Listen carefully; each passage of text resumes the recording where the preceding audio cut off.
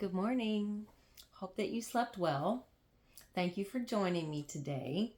We're going to go ahead and get right into it. It looks like today we are on week 5, and we are going to be reading for day 31. Wow, we've already done 31 days so far. Excuse me. All right, so today we are going to read Exodus 12, verses 14 through 13 and 16. This is the day you are to commemorate. For the generations to come, you shall celebrate it as a festival to the Lord, a lasting ordinance. For 7 days you are to eat bread made without yeast. On the first day, remove the yeast from your houses. For whoever eats anything with yeast in it from the first day through the 7th must be cut off from Israel. On the first day, hold a sacred assembly and another one on the 7th day. Do not work at all on these days except to prepare food for everyone to eat. That is all you may do. Celebrate the feast of unleavened bread, because it was on this very day that I brought your divisions out of Egypt. Celebrate this day as a lasting ordinance for the generations to come.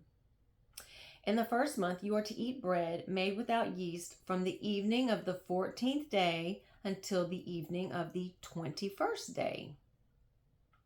For 7 days no yeast is to be found in your houses, and whoever eats anything with yeast in it must be cut off from the community of Israel, whether he is an alien or a native born.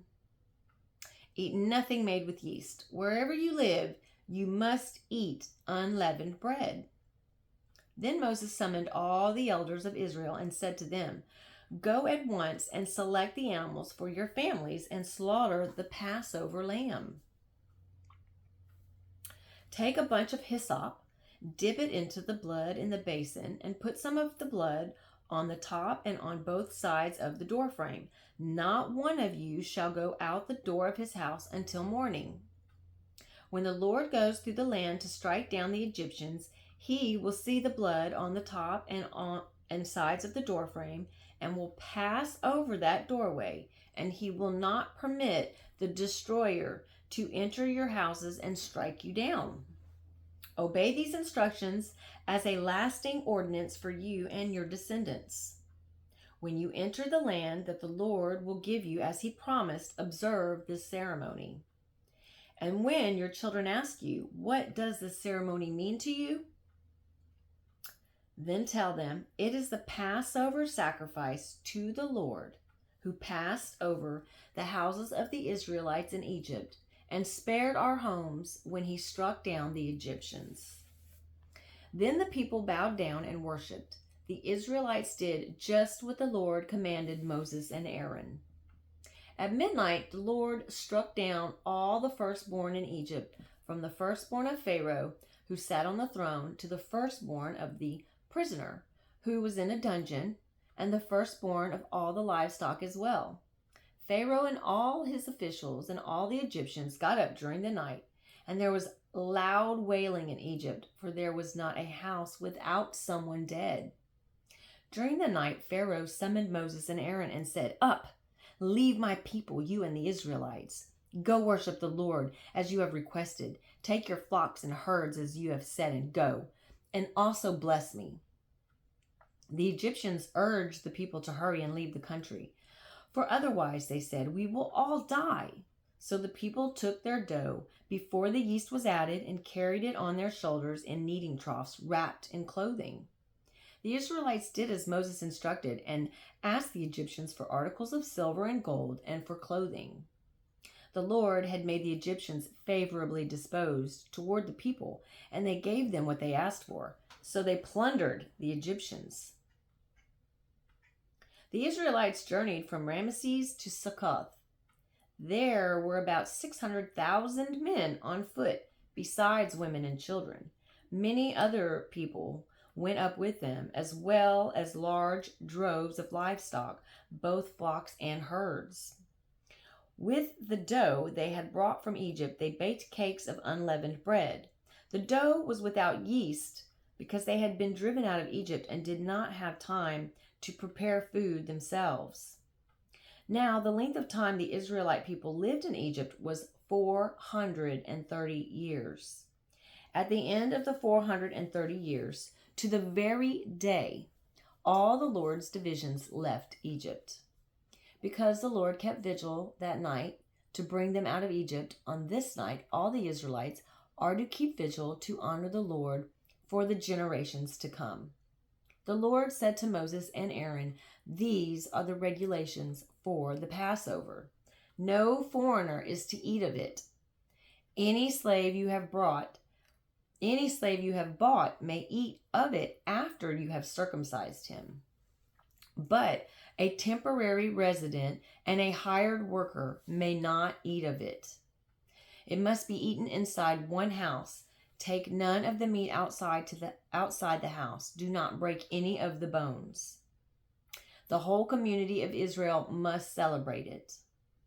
An alien living among you who wants to celebrate the Lord's Passover must have all the males in his household circumcised. Then he may take part like one born in the land. No uncircumcised male may eat of it. The same law applies to the native born and to the alien living among you." All the Israelites did just what the Lord had commanded Moses and Aaron. And on that very day, the Lord brought the Israelites out of Egypt by their divisions.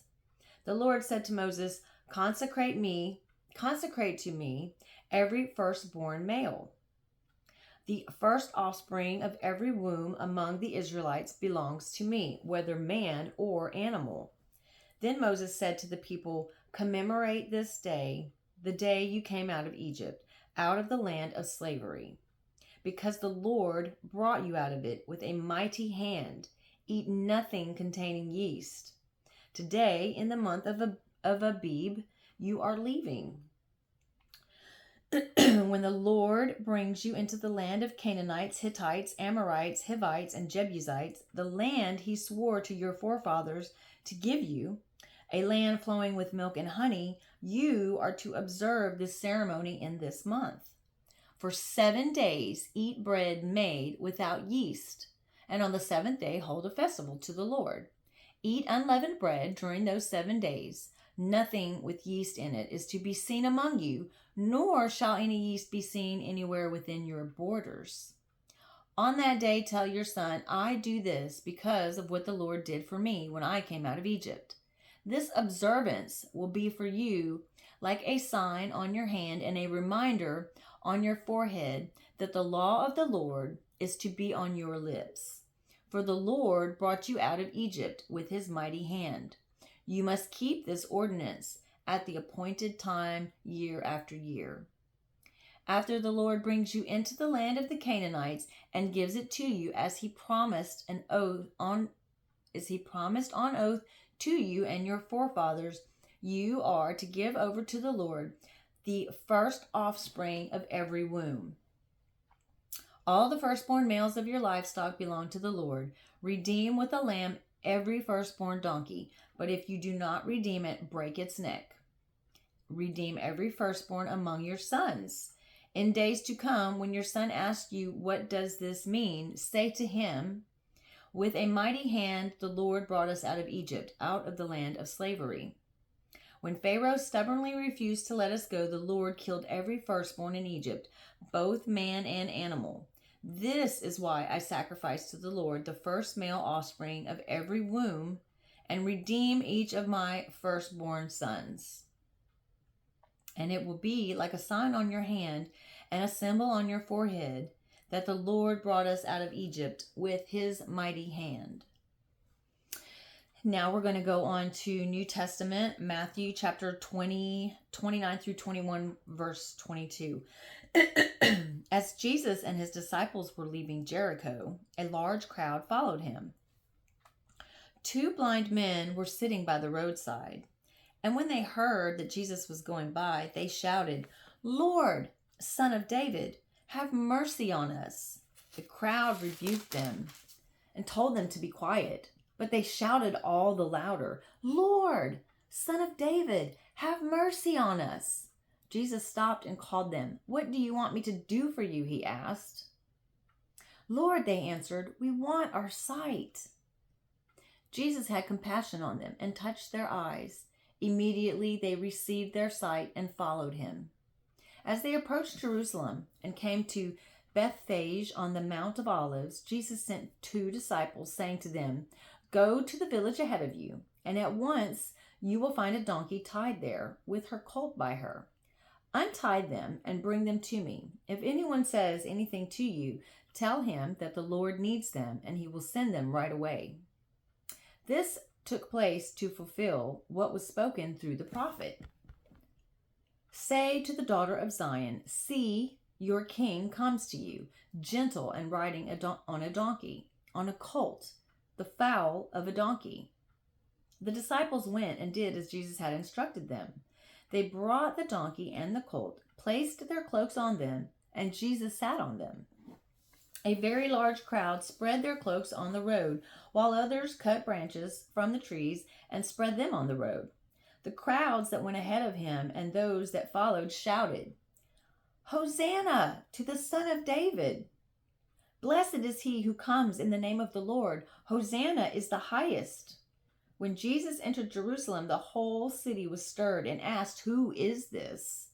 The crowds answered, "This is Jesus, the prophet from Nazareth in Galilee." Jesus entered the temple area and drove out all who were buying and selling there. He overturned the tables of the money changers and the benches of those selling doves. "It is written," he said to them, "My house will be called a house of prayer, but you are making it a den of robbers." The blind and the lame came to him at the temple, and he healed them. But when the chief priests and the teachers of the law saw the wonderful things he did, and the children shouting in the temple area, "Hosanna to the Son of David," they were indignant. "Do you hear what these children are saying?" they asked him. "Yes," replied Jesus. "Have you never read, from the lips of children and infants you have ordained praise?" And he left them and went out of the city to Bethany, where he spent the night. Early in the morning, he was on his way back to the city. He was hungry. Seeing a fig tree by the road, he went up to it and found nothing on it except leaves. Then he said to it, "May you never bear fruit again." Immediately the tree withered. When the disciples saw this, they were amazed. "How did the fig tree wither so quickly?" they asked.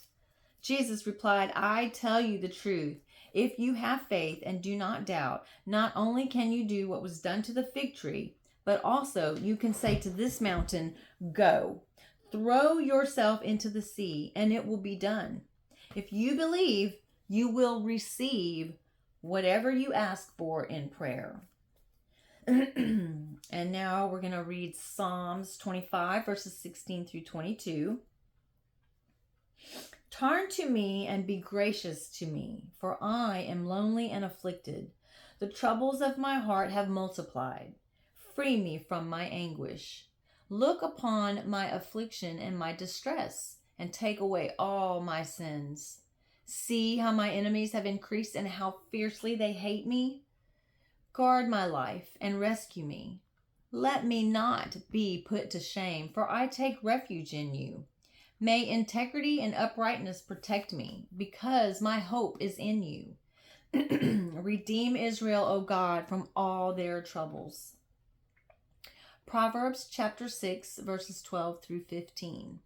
"A scoundrel and a villain who goes about with a corrupt mouth, who winks with his eye, signals with his feet, and motions with his fingers, who plots evil with deceit in his heart. He always stirs up dissension. Therefore, disaster will overtake him in an instant. He will suddenly be destroyed without remedy." Yay. Okay, so that concludes Day 31. Thank you again for joining me. We're just going to keep on going. I hope you enjoyed that. I hope you have a great rest of your day. And thank you again for joining me. Thank you. Love you. Jesus loves you. Bye.